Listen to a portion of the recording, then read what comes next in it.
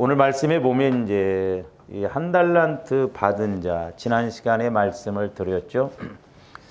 한 달란트 받은 자가 주인을 굳은 사람이라고 하고, 또 심지 않는 데서 거두고 해치지 않는 데서 모으는 줄로 이렇게 주인을 오해를 했죠. 그러니까 주인을 잘못 판단했습니다.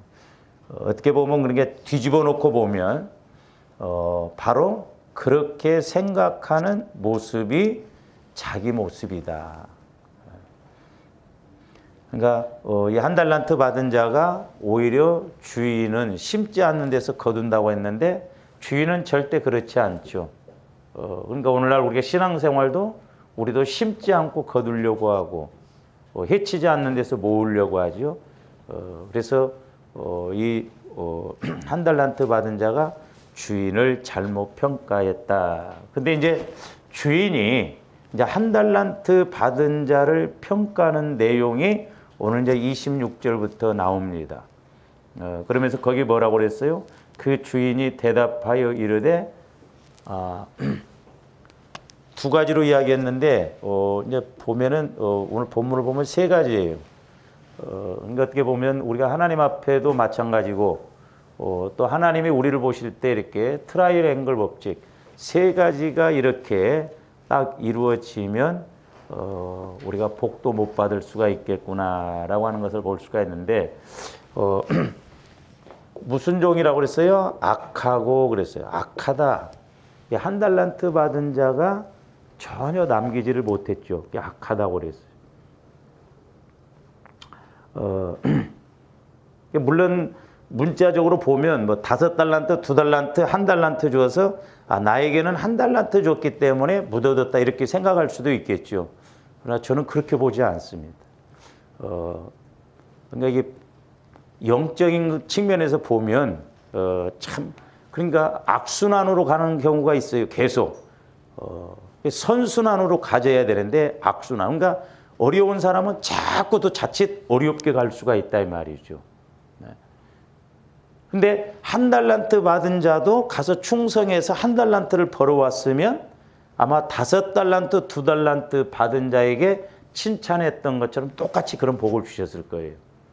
그러면서 이제 우리가 한번 그 말씀을 한번 보고 가실래요? 그 21절 한번 먼저 보세요. 5달란트 받은 자에게 주인이 뭐라고 하는가? 그 주인이 이르되 잘하였도다 착하고 충성된 종아, 네가 적은 일에 충성하였음에 내가 많은 것을 네게 맡기리니 내 주인의 즐거움에 참여할지어다 하고, 21절에서 이렇게 있는데 23절도 똑같아요. 2달란트 받은 자.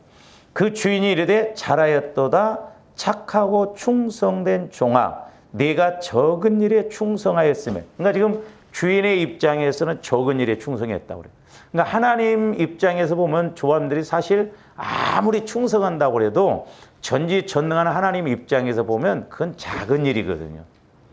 그럼에도 불구하고 뭐라고 그랬어요? 내가 많은 것을 내게 맡기리니 그랬어요. 많은 것을 맡긴다.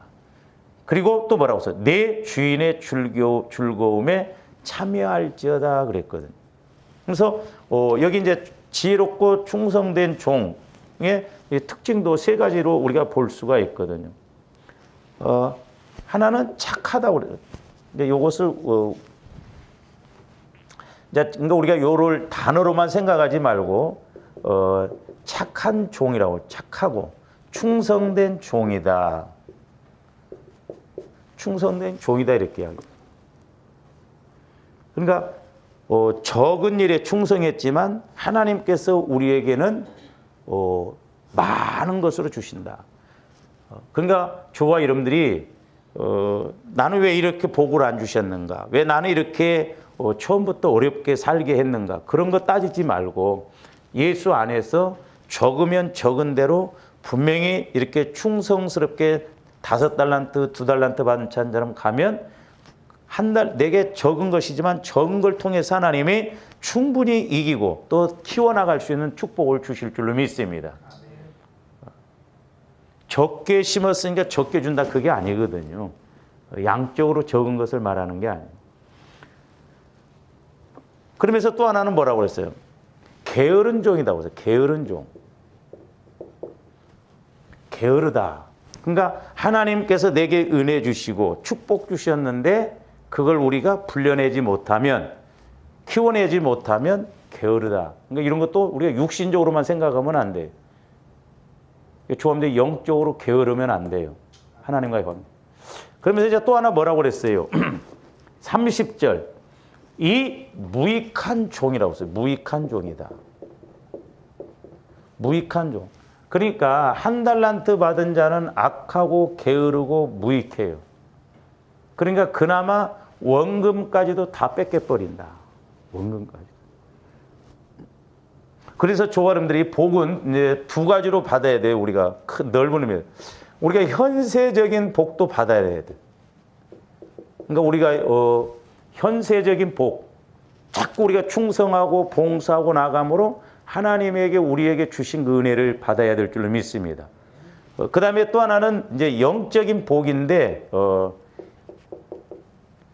이것은 이제 이 땅에서도 영적인 복이지만, 나중에 상급, 우리가 상급 받을 수 있는 복을 또 받아야 될 줄로 믿습니다. 상급. 나중에 하나님 앞에 가서 상급을 받을 수 있는.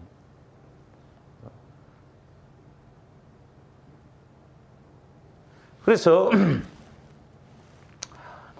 이제 예를 들어서 시작은 좀 다를 수가 있어요. 5달란트 받은 자, 그 다음에 2달란트 받은 자, 1달란트 받은 자 이렇게 생각할 수가 있거든요. 근데 이것이 중요한 것이 아니라 5달란트냐 2달란트냐 1달란트냐가 중요한 것이 아니라 우리가 얼마만큼 앞에 5달란트 2달란트 받은 자처럼 이것을 내가 키워나가느냐, 이게 중요해요. 그러면 앞에 5달란트 2달란트 받은 자를 착하고 충성된 종이라고 그랬는데 여기에 하나 더 첨가한다고 한다면, 자, 마태복음 24장 앞으로 한번 가서 보세요. 45절 보세요. 충성되고 무슨 종? 지혜 있는 종. 그래서 지혜. 이게 중요해요. 그래서 우리가 마태복음 25장도 보면은 이제 열처녀 비유가 나오죠.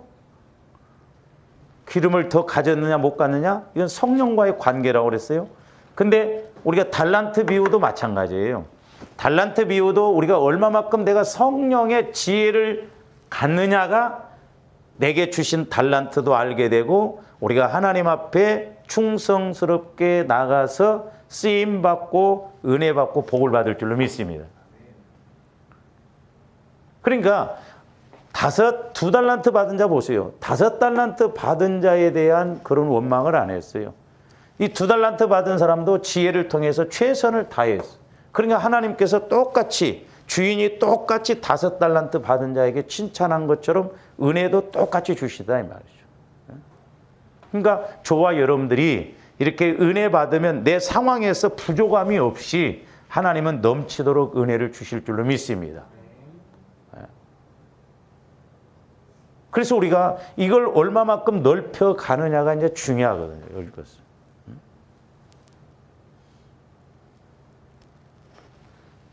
그래서 지혜 있는 종, 착한 종, 충성된 종이 되면, 이제 지혜라는 것은 성령께서 주시는 지혜를 통해서 가면, 아, 하나님이 뭘 기뻐하시고 내가 어떻게 해야 되는가를 알게 된다.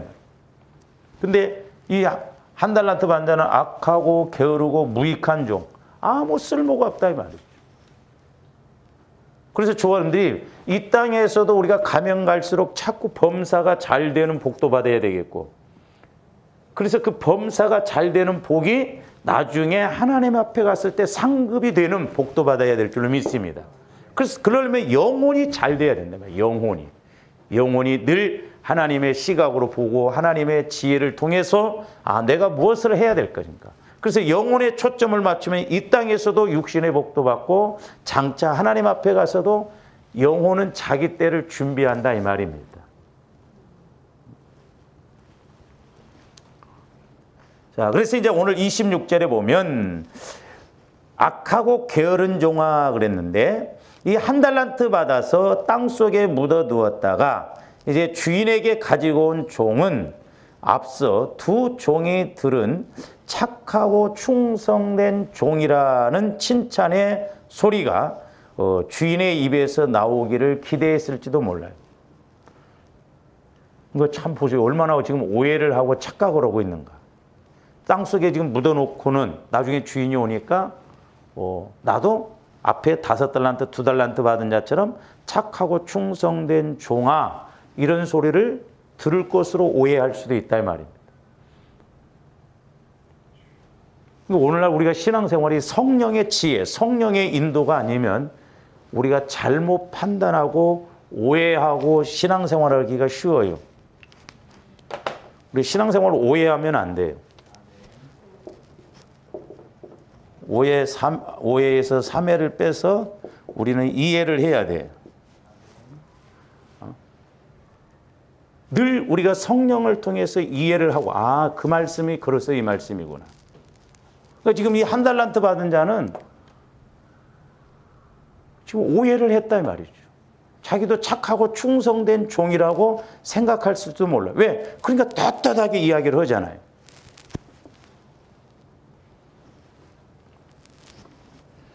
그러나 이제 주인의 입에서는 그 종을 심하게 질책하는 말만이 거침없이 이렇게 쏟아져 나왔습니다.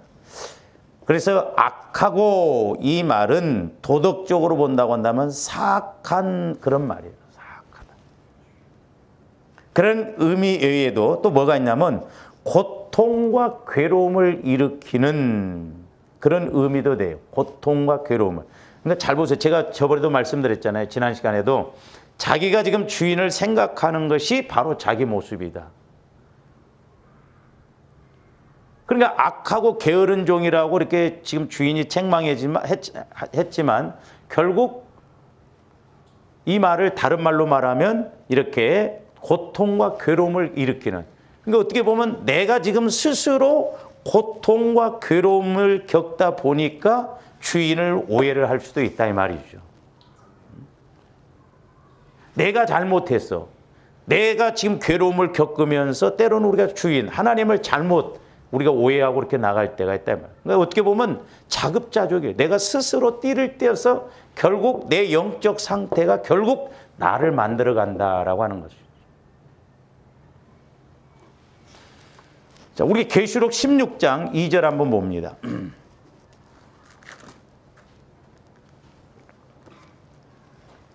자, 진노의 7대접 중에 이제 그 첫째 천사가 가서 그 대접을 땅에 쏟음에 짐승의 표를 받은 사람들과 그 우상에게 경배하는 자들에게 악하고 독한 종기가 나더라. 거기 보면 악하고 독한 종기가 나더라 그랬어. 짐승의 표를 받은 사람. 그러니까 저 개인적으로는 이제 자, 우리가 이제 요한복음 15장에 보면 포도나무가 가지가 포도나무 줄기에 붙어 있어야 된다고 그랬죠. 비유적으로 보면 가지가 줄기에 붙어 있어야 포도나무 역할을 하고 포도 열매를 맺힌다 이 말이죠. 어떻게 보면 이제 이것을 그러면서 이제 우리 예수님이 너희가 내 안에 내가 너희 안에 그랬죠. 그러니까 저와 여러분들이 예수 그리스도 안에 들어갈 때만, 예수 그리스도 안에 있을 때만 이게 참 열매를 맺고 하나님의 은혜를 제대로 알 수가 있단 말이에요. 근데 우리는 예수 그리스도 밖으로 가거든요. 이 밖으로 나가면 마귀가 역사합니다. 그러니까 지금 이 1달란트 받은 자는 예수 그리스도 안에 들어가지 못하고, 오늘날로 적용적인 측면에서 본다면 자기 생각, 육신의 생각을 가지고 신앙생활을 했어요. 밖에서. 그러니까 밖에서는 마귀가 지금 대기하고 있다 이 말이죠. 그러니까 조함들이 예수 그리스도 안에 있다가 밖으로 나갈 때 마귀가 우리를 공격할 때 아따 뜨거라고 자꾸 예수 안으로 들어가야 되는데 우리는 예수 밖에 있으면서 자꾸 뭘 원한다 이 말이죠. 그래서 조함들이 소위 말해서 내 마음의 성전의 지경을 자꾸 넓혀가야 될 줄로 믿습니다. 그래서 이제 우리 신앙이라고 하는 것이 이제 깨달아지는 것이 자꾸 다릅니다. 제가 말씀드렸죠. 내 믿음의 수준이 여기 있을 때는 이 정도 이렇게 보거든요. 그러니까 여기서 있을 때 이 수준으로 올라왔을 때는 여기만 보여요. 여기만. 그러니까 여기는 못 봅니다. 근데 내 믿음의 수준이 조금 더 올라가서 보면은 이렇게 들어오거든요. 이렇게. 그러니까 내가 못 봤던 것이 봐지거든. 그러니까 여기에 있을 때는 여기에 나가면 문제가 된다는 걸 몰라요, 사람. 그러니까 여기에 있으면서 왜 나에게 복을 안 주시는가? 왜 나에게는 이렇게 힘든가? 그렇게 생각하고.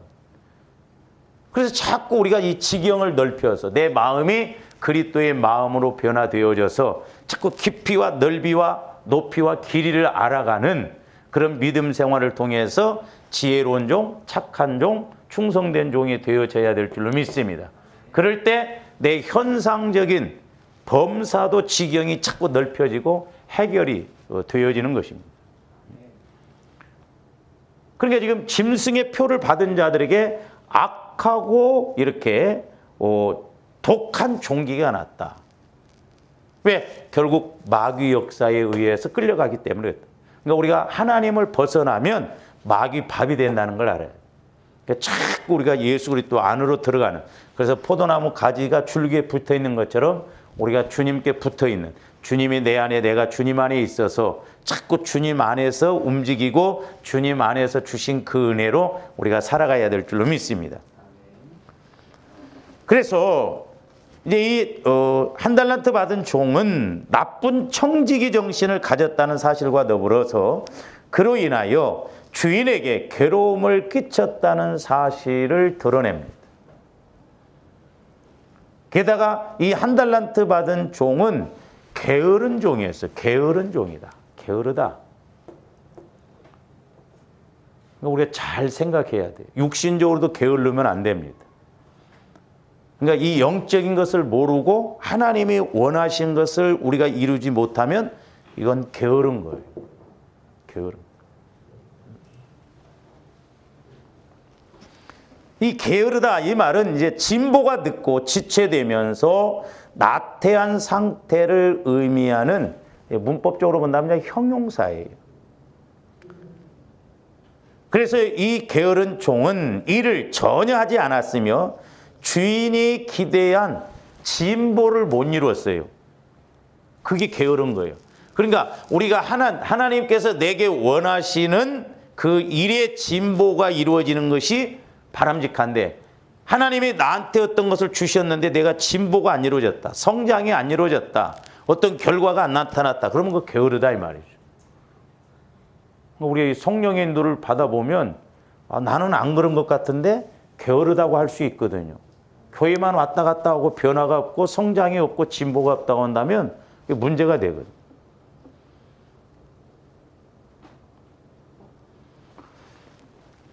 자, 잠언 6장으로 가서 한번 봅니다. 조합들이 잘 아시는.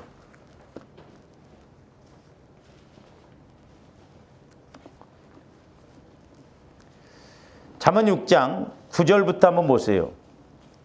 게으른 자여, 내가 어느 때까지 누워 있겠느냐? 내가 어느 때에 잠이 깨어 일어나겠느냐? 좀 더 자자, 좀 더 졸자, 손을 모으고 좀 더 누워 있자 하면 내 빈궁이 강도같이 오며 내 곰핍이 군사같이 이르리라. 물론 이건 문자적으로 보면 육신적으로도 농사철이 되고 그랬는데 게으르면 추수할 것이 없는 가난이 임하는데, 이건 영적인 측면에서 우리가 해석을 하면 더 훨씬, 그러니까 우리가 영적으로 게으르면 안 돼요. 영적으로 우리가 가난하면 안 됩니다. 영적으로 빈궁하면 마귀가 찾아올 수밖에 없고 마귀의 공격을 받을 수밖에 없다 이 말이죠. 그러니까 이 한 달란트 받은 자는 한 달란트를 받아서 그런 게 아니라 영적으로 게을르다 이 말이에요. 영적으로 빈궁하다 이 말이에요. 성령의 인도를 몰랐다 이 말이죠.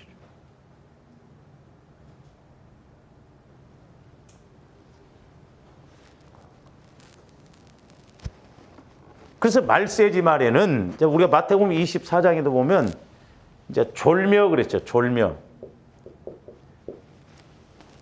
그 마태복음 25장, 24장을 한번 가서 보실래요?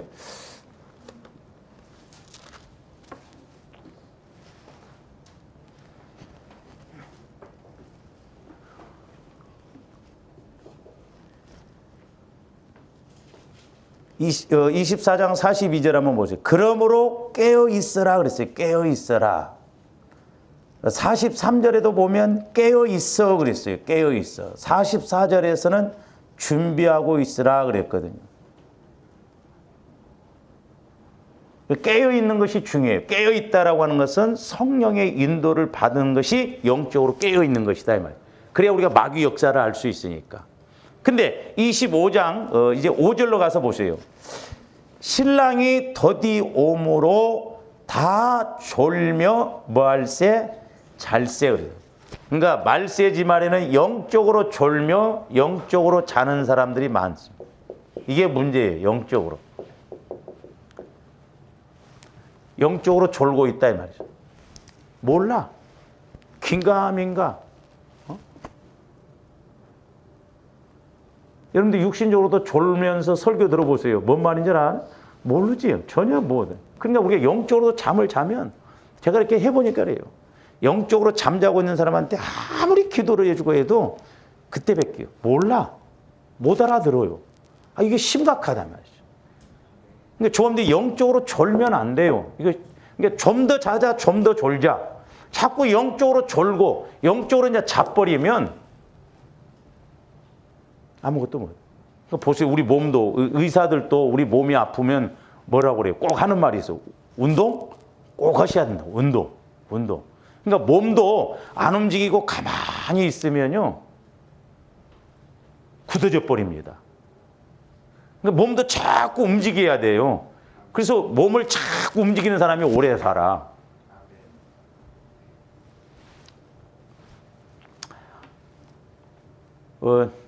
참 우리 아버지 형제간이 오형제간인데 그 넷째 큰아버지 가문이 넷째 큰아버지가 혈압으로 돌아가셨거든요.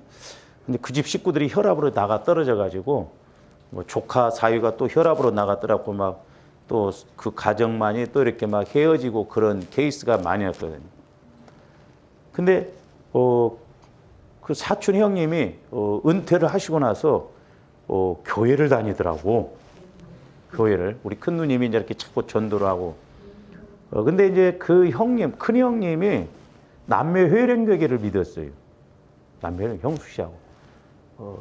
우리 집안이 종교성이 강합니다.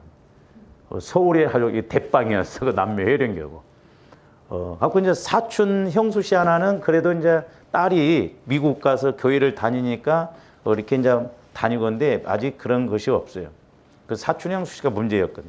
근데 이제 이 동대문에 사는 그 사촌 형님 가정은 남매 회령교계를 보는데 막 찌든 남매 회령교. 내가 그 한번 갔다가 큰어머니가 살아계실 때 그거 갔다가 밥을 못 먹고 음료수도 못 먹고 그냥 왔어. 집에 들어가자마자 얼마나 구역질이 나오는지 남매 회령교계를 딱 그 하면서 그 방 안에도 모셔놨더라고. 그게 이제 우리 누님들이랑 그 예수 믿으라고 하니까 그 사촌이 형수 씨가 뭐라고 하냐면 두고 봐. 누가 잘 된가. 그랬거든요. 두고 보라고. 근데 이제 우리 둘째 누님이 저한테 그러더라고요. 동생 기도하는데 성령이 째려 보시더래 이렇게. 같지 않다 이거예요. 우리 하나님 보실 때. 아이고 근데 아니나 다를까요.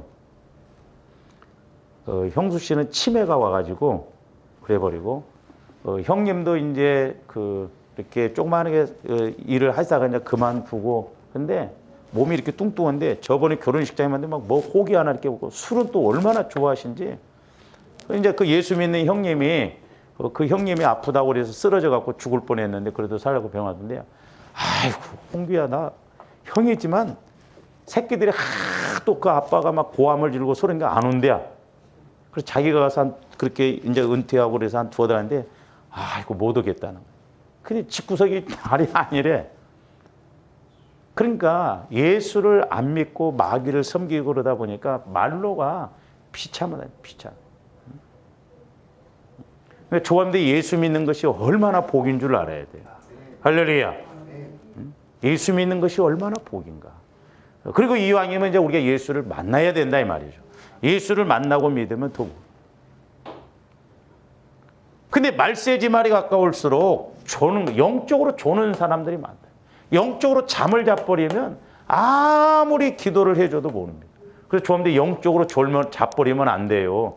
그러니까 육신적으로도 무뎌져 버려. 운동도 안 하다가 하려고 해보세요. 얼마나 힘든가. 그러니까 자꾸 뭐든지 해야 느는 거예요. 기도도 자꾸 할수록 늘어나고 은혜가 되고, 기도를 안 하면 예, 죽어나가도 기도 안 할 거예요. 안 그럴 것 같죠? 안 합니다. 그렇게 힘들고 아파서 기도하라고 그래도 안 하더라고. 그래서 이 영적인 것이 참 무섭다. 그래서 저는 이 한 달란트 받은 사람이 왜 이런가 이해가 가. 왜? 제가 목회하면서 현장에서 보기 때문에. 영적으로 모르니까, 지혜가 없으니까. 그렇게 힘들고 어려우면 기도를 해야 할까요? 안 해. 이 한 달란트 받은 자도 어떻게 보면 자기 생각 속에서 기도도 않고 충성도 않고 그런 식으로 했다 이 말이에요. 그래서 주님들 늘 깨어 있어야 돼요. 할렐루야. 깨어 있어서 성령께서 내게 하시는 말씀, 이게 제가 목회를 해보면 해볼수록, 기도를 해보면 할수록 이게 꼭 썰물과 밀물처럼 그렇더라고요. 막 뭔가 은혜가 될 때는 확 열린 것 같고, 이게 뭔가 막 육신적인 생각이 덮쳐버리면 감각이 없어져 버리고. 그래서 이 영적 관리하는 것이 보통 문제가 아니구나. 이게 경건의 훈련이 이루어져야 된다. 그래서 조함들이 영적으로 졸며 자면 안 됩니다. 그래서 말세에는 깨어 있어야 된다는 거예요. 우리 예수님도 깨어 있으라는 거예요. 깨어 있어 준비하라. 그러면 때가 되면 성령께서 이 땅에서도 저와 여러분들의 인생의 문제, 삶의 문제도 해결해 주시고, 우리 주님 앞에 가서도 잘했다 칭찬받을 줄로 믿습니다. 그러니까 잠언서에 보면 졸며 잘세, 좀 더 자자, 좀 더 눕자. 그 신기해. 근데 주의 일은 왜 이렇게 호기 싫고 미기적거린지 몰라. 그렇죠? 응?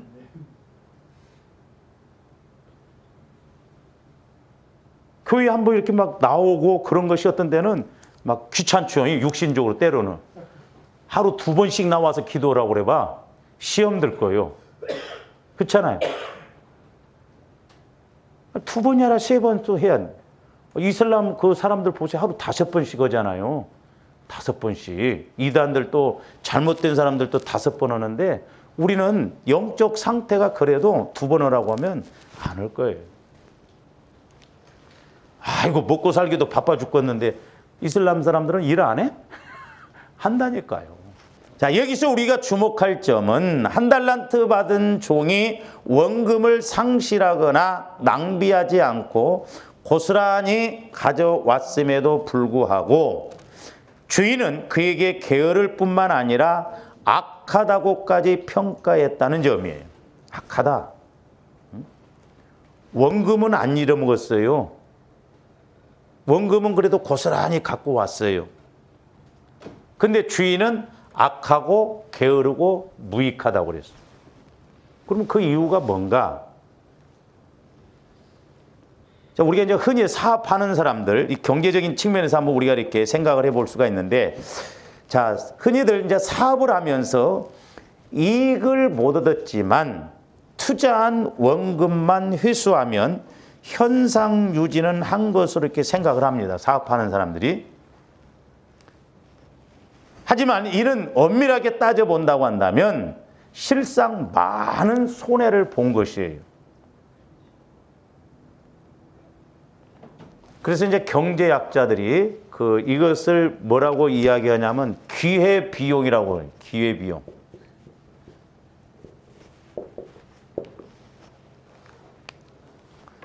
기회비용이라는 개념이 있거든요. 그러니까 원금을 다른 수익 있는 사업에 투자하거나 은행에 예치를 했더라면 적어도 은행 이자만큼은 남겼을 터인데 원금만 남았으니 실상은 그 이자나 혹은 다른 데 투자했더라면 더 많은 것을 얻을 수 있는데 이자도 놓치고, 아니면 다른 데 투자했으면 더 많은 것을 얻을 수 있는데 그것도 놓치고 원금만 갖고 왔어요. 이게 실제적으로는 그래서 손해다 이 말이에요. 기회비용. 손해난 것이다 하는 거죠. 그러니까 이익을 얻었을 것을 이익을 못 얻었기 때문에 그건 기회비용을 이렇게 상실했다라고 말해요. 그래서 주인도 뭐라고 그랬어요? 오늘 27절. 그러면 내가 마땅히 내 돈을 취리하는 자들에게 맡겼다가 내가 돌아와서 내 원금과 이자를 받게 하였을 것이니라 하고 그랬죠. 그래서 이제 경제학자들은 이를 어느 하나를 선택함으로써 다른 것을 선택하여 얻을 수 있는 이익의 기회를 상실한 비용이라고 해서 기회 비용이라고 이렇게 부른다라고 그래요. 어떤 기회에 어디다 투자했으면 그만큼 원금과 이자를 얻었을 텐데 원금만 갖고 온 것은 그건 그만큼 손해가 났다 이 말이에요. 그러니까 한 달란트 받은 자가 바로 이와 같은 거예요. 사람들이 세상에서는 아이고 그래도 원금이라도 건졌으니까 실질적으로 보면 손해 본 거예요. 손해 본 겁니다. 우리가 신앙생활도 그렇게 하면 안 돼요.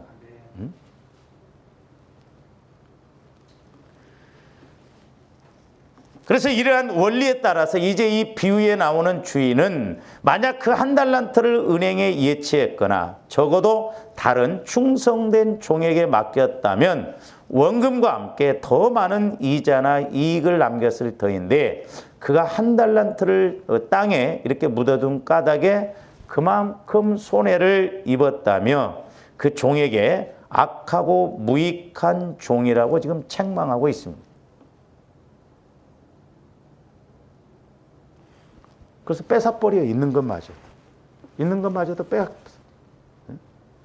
그러니까 우리가 이 땅에서도 마찬가지입니다. 하나님이 우리에게 주신 축복, 하나님이 우리에게 주신 은혜, 우리는 자꾸 불려서 키워서 하나님께 영광 돌리고 내게 복이 되는 그런 은혜가 있어야 될 줄로 믿습니다. 주신 것마저도 빼앗겨버리면 은사도 마찬가지예요. 은사도. 그 옛날에 그 이장님 씨가 그 잘못 그때 몇 년도에 막 이렇게 예수님이 재림했는데 제가 그래서 일부러 그분의 책도 읽어봤거든요. 근데 그분도 그런 이야기를 써놨더라고. 그 이단이 다 잘못해서만 또 이단은 아닙니다. 어떤 부분은 맞아요. 근데 왜 이제 제가 그것을 하나 기억하냐면 옛날에 제가 기도할 때 성령께서 그래서 이제 제가 그런 부분을 조심해서 말을 안 했습니다.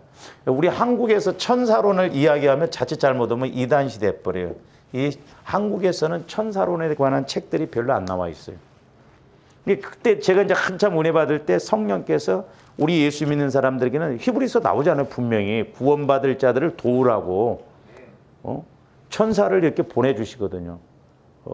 그리고 저할 때 어떤 위험에 처해 있을 때 하나님께서 천사들을 통해서 막아주시고 구원시켜 주신다 이 말입니다. 사고가 났어야 됐는데 그때 천사가 이렇게 막아서 그렇잖아요. 근데 이제 저에게도 성령께서 그 천사가 이렇게 따라다닌다는 것을 깨닫게 해줬고. 근데 이제 그 잘못된 그분이 뭐냐면 성도들에게도 이렇게 천사들이 여럿이 있어서 일을 하도록 돕도록 하는데 그 일을 안 하면 천사들이 할 일이 없으니까 갚버린대. 그렇지. 어떻게 보면 이치적으로 맨날 따라다녀봐도 사명도 감당도 않고 맨날 그러니까 천사도 할 일이 없으니까 하나님 할 일이 없어요. 이러고 갚버릴 수도 있다 이 말이요. 그러니까 우리가 늘 하나님과 함께 일하는 저와 여러분들이 돼야 될 줄 믿습니다. 그래서 하나님이 일하시게 하라는 거예요. 좀 더 이게 중요합니다. 하나님이 일하시게 해야 돼요. 하나님이.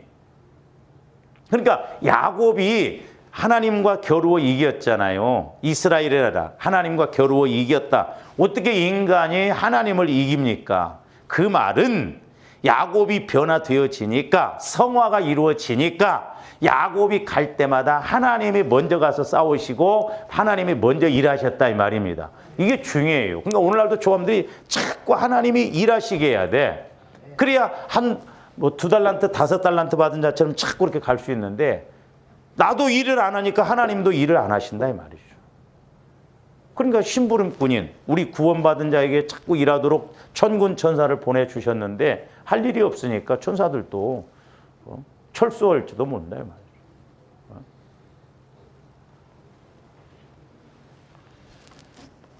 그래서 이제 우리가 적용적인 측면에서 본다고 한다면 내게 주신 은사, 내게 주신 직분, 내게 주신 사명, 이런 걸 우리가 자랑하거나 교만하면 안 됩니다. 그리고 조화림들이 주신 은혜에 합당한 열매를 맺지 못한다고 한다면 이 종처럼 은사나 직분에 상당한 손해를 하나님께 입히는 악하고 게으른 종이 된다 이 말이죠. 하나님께 손해 입히면 안 돼요. 할렐루야. 내가 손해를 입더라도 하나님 앞에 손해를 입히면 안 됩니다. 교회에게 손해를 입히면 안 돼요. 내게 주신 직분, 내게 주신 사명, 내게 주신 물질, 내게 주신 은사, 그걸 통해서 어찌하든가 하나님 나라를 자꾸 세우고 교회를 세워나가야 된다 이 말이죠. 자, 우리 누가복음 13장 한번 봅니다. 13장 6절부터 7절까지 한번 보세요. 제가 그 전에 기도할 때도 이 말씀을 이렇게 조명했는데 6절부터 보면 이에 비유로 말씀하시되 한 사람이 포도원에 무화과 나무를 심은 것이 있더니 와서 그 열매를 구하였으나 얻지 못한지라 포도원지기에게 이르되 내가 3년을 와서 이 무화과 나무에서 열매를 구하되 얻지 못하니 찍어버리라. 어찌 땅만 버리게 하겠느냐. 대답하여 이르되 주인이여 금년에도 그대로 두소서. 내가 두루 파고 거름을 줄이니 이후에 만일 열매가 열면 좋거니와 그렇지 않으면 찍어버리소서 하였다 하니라. 몇 년? 예? 그러니까 조람들이 성경을 읽고도 제대로 계산을 안 해요. 몇 년이요? 정확하게 봐요. 예? 3년일 것 같으면 내가 안 물어봤지. 4년이지. 3년 동안 열매를 맺히기로 하는데 못 맺혔어. 그러니까 주인이 찍어버리라는 거야. 그러니까 과언지기가 1년만 더 참고 기다려부터 해달라는 거예요. 그래서 거름을 두루 주고 이렇게 해서 그렇지 않아 그래도 열매가 맺히지 않고 그러면 찍어버리라는 거예요. 몇 년 만에? 4년 만에. 조함들 신앙생활 몇 년 하셨어요? 우리는 4년을 몇 번 보냈어? 20년 했으면 5번을 보냈어. 하나님이 지금 어떻게 보면 5번이나 찍어버릴까 해도 연장시키고 있는지 모른다 이 말이죠. 그 전에 성령께서 그 질문을 저한테 하니까 너희들은 4년을 지금 몇 번 보냈냐는 거예요. 몇 번. 그러니까 하나님은 어떻게 보면 이 땅에서는 그래도 많이 봐주시는 것 같아. 나중에 이제 죽음 이후에 풀무불에 들어가면 그때는 이를 갈며 후회하도록 그렇게 우리가 당할지 모른다. 그래서 우리가 성령의 인도를 받아서 신앙생활하는 것이 얼마나 중요한가. 응? 조금씩이라도 가면 갈수록 나아져야 될 줄로 믿습니다. 응? 그 다음에 이제 히브리서 6장 8절도 한번 보세요.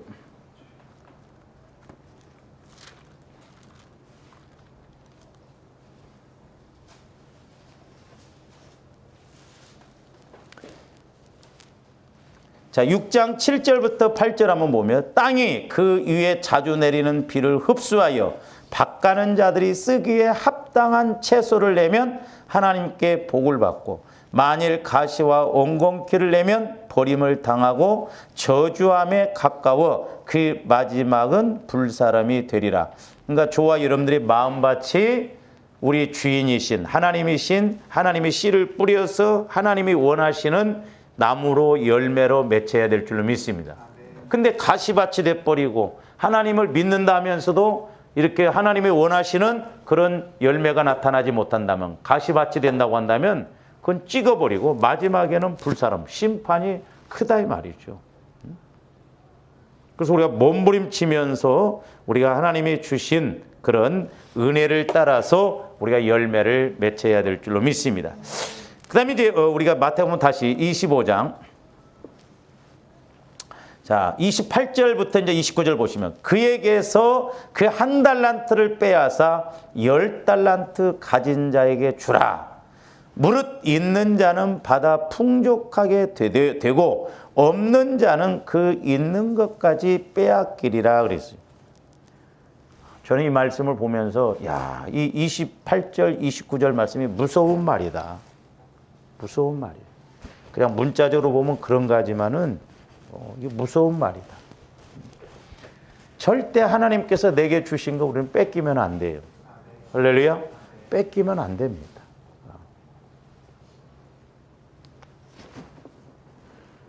그래서 주원디 영적인 것도 마찬가지고 물질적인 것도 마찬가지예요.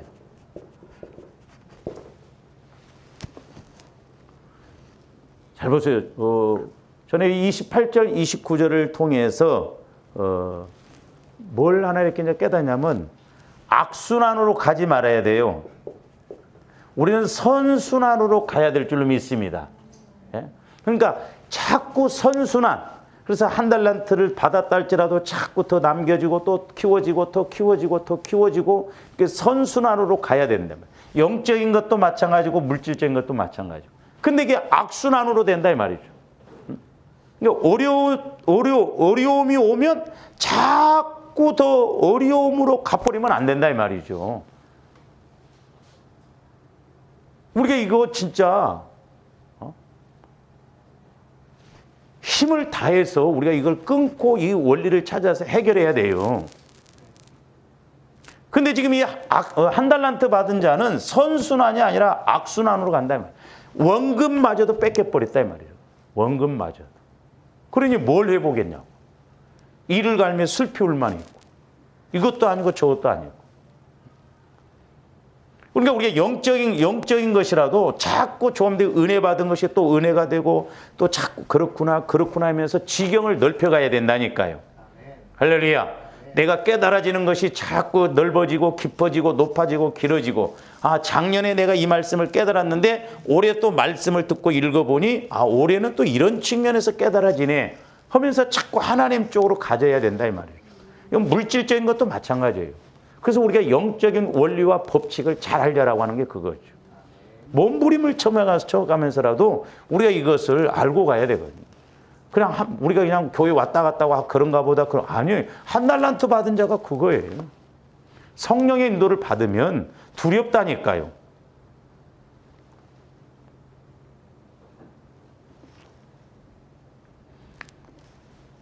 그러니까 한 달란트 가진 종에게서 그 달란트를 빼앗아 10달란트를 가진 종에게 주라는 말씀에 이어서 이제 주신 말씀이 뭐예요? 이 무익한 종을 그랬죠. 근데 이제 저와 여러분들이 자칫 잘못 생각하면 마치 세상에서 흔히 볼 수 있는 부익부, 빈익빈 현상을 정당화하는 말씀으로 오해하기 쉬워요.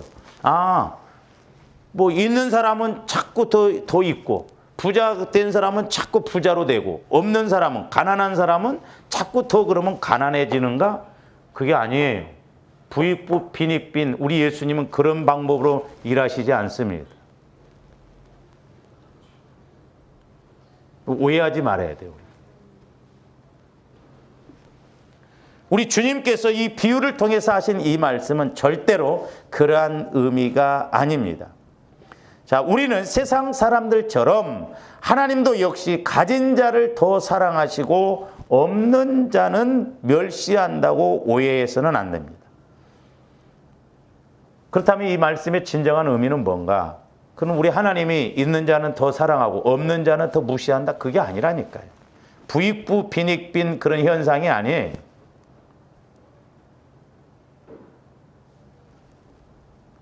제가 이제 이렇게 추석도 여러 군데 보면서 이렇게 이 말씀에 이제 근데 아까 이제 기회 비용이라고 하는 것도 된 적인데 그런 또 경제학에서는 그것도 있더라고. 빈곤의 악순환이라고.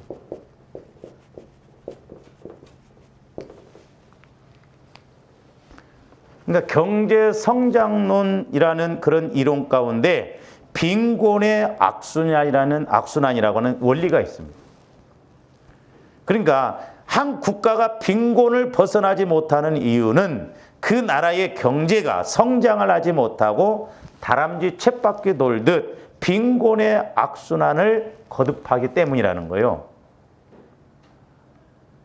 그러니까 한 나라나 개인이 가난하면 계속 그 가난을 벗어나야 되는데 계속 그 가난이 악순환된다는 거예요.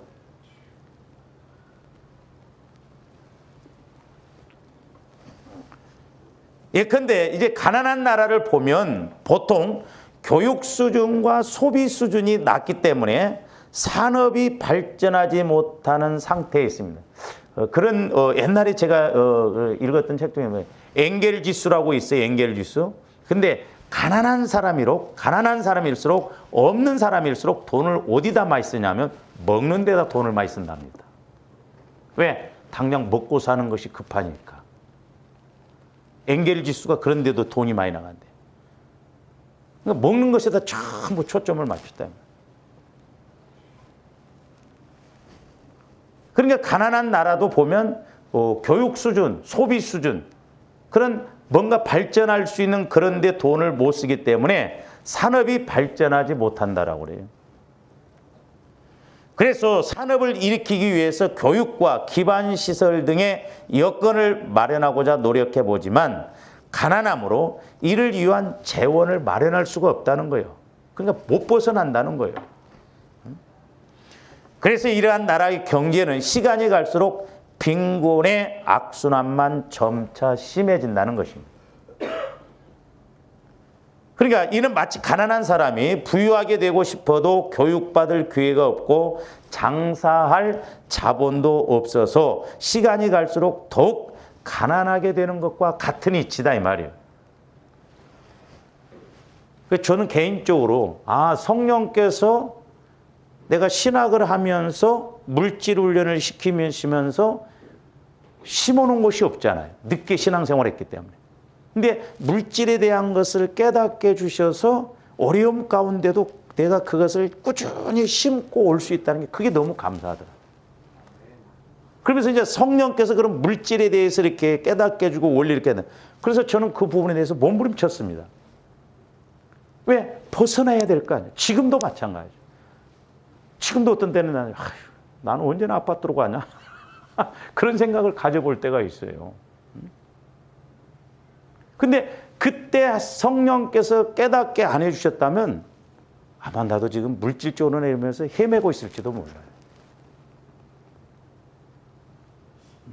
우리 목사님들이 다른 것보다 이렇게 큰 교회는 뭐 그렇다지만 이렇게 교세가 약한 교회들은 목사님들이 물질에 더 어떤 데는 내가 우리 주의 종들을 보면 돈이라고 하는 그런 어떤 텐트가 목사님 머리에서부터 이렇게 딱 씌워져 있는 것 같아요. 왜? 어려우니까 돈. 왜 쌓여 돈과 연결시켜. 너무너무 안타깝더라고요. 저는 그나마 거기에서 조금 자유를 얻을 수 있죠. 걱정한다고 될 일도 아니고. 성령의 인도를 통해서 그걸 몰랐더라면 막 쥐고 있어. 막 내가 우리 동기 모임도 목사님 한 번도 막 내가 그 얼마나 된다고 그걸 아직도 관리하고 있냐고 그래서 사모님한테 맡기지. 못 쓰는 거예요. 막. 너무 힘드니까. 그러니까 그렇다고 해서 자꾸 그것이 좋게 풀어나 악순환이 돼버리더라고. 악순환. 안 풀려져 나가는. 그래서 이제 제가 그런 부분을 통해서 깨닫는 게 뭐냐면 샘물 법칙이 샘물. 좀 더 이걸 꼭 기억하셔야 돼요. 옛날에 우리 시골에서 보면 막 동네 사람이 샘물을 퍼다 먹을 때는 깨끗하고 이끼도 안 꼈어요. 근데 이제 살만하면서 한 집, 두 집 수도를 놓기 시작하니까 동네 앞에 있는 우물에 물이 이끼가 끼면서 더러워지면서 물이 어느 정도 솟으니까 더 이상 안 솟더라고. 그러니까 이제 동네 사람이 이렇게 이제 큰 이렇게 돌로 이렇게 네모로 돼 있는데 중간쯤 이렇게 구멍을 뚫어놨어. 그러니까 계속 하루 24시간 물이 계속 흘러요. 성령께서 이것을 보여주시면서 하나님의 법칙은 샘물 법칙이구나. 가둬놓으면 더 올라올 것 같은데 안 그렇다 이 말이죠. 나갈 때 자꾸 올라오더라고. 자꾸. 그러니까 이 한 달란트 받은 자가 악순환으로 가니까. 그러면서 이제 사도행전에 사도 바울이 주는 자가 받는 자보다 복이 있다라고 하는 그 말씀을 조명을 해주면서 왜 주는 자가 복이 있느냐? 이제 그렇게 성령께서 제 안에서 깨달음을 주시면서 네가 남을 10,000원 주려면 적어도 10만 원은 있어야 돼. 조합원들이 10,000원 있었고 10,000원 줘요? 못 줘요? 절대 못 줍니다. 적어도 5만 원은 있어야 돼. 아무리. 믿음이 좋으면 2만 원이 있으면 10,000원이라도 주지. 그러니까 너희가 준다라고 하는 것은 그만큼 있어야 주기 때문에 내가 10,000원을 흘러보낼 때는 10만 원 있을 때 10,000원을 준다고 한다면 10만 원짜리 통로가 생긴다고. 아, 그러니까 사람들이 뭘 모르냐? 나가는 이것만 봤지 들어오는 10만 원 이 통로를 모른다는 거예요. 그래서 받는 자보다 주는 자가 복이 있다는 거예요. 그래서 하나님의 법칙은 샘물 법칙이더라고. 샘물 법칙. 그러니까 한 달란트 받은 자도 그냥 이거 한 달란트 갖고 내가 어떻게 해? 자꾸 두려워하고 걱정하고 그러다 보니까 결국은 이것도 아니고 저것도 아니고 원금마저도 빼앗겨 버리는. 그래서 조합원들이 성령의 인도, 성령의 지혜가 아니고는 또 우리가 순종하기가 어려워. 왜? 현장이고 현실이기 때문에. 우리가 하나님의 시각으로 보면서 이런 것을 헤치고 나가는 저와 여러분들이 되어야 될 줄로 믿습니다. 시간이 갔는데 오늘 여기까지 좀 합니다. 기도하십니다. 사랑의 아버지 하나님 감사를 드립니다. 저희들 이제 날마다 깨어있게 하여 주시고 성령의 지혜를 통해서 아버지 하나님 우리들도 5달란트 2달란트 받은 자와 같이 우리 삶의 변화도 있고 또 하나님의 일하심을 체험하는 저희들 되게 하여 주시옵소서. 감사를 드리오며 예수 그리스도 이름으로 기도하옵나이다.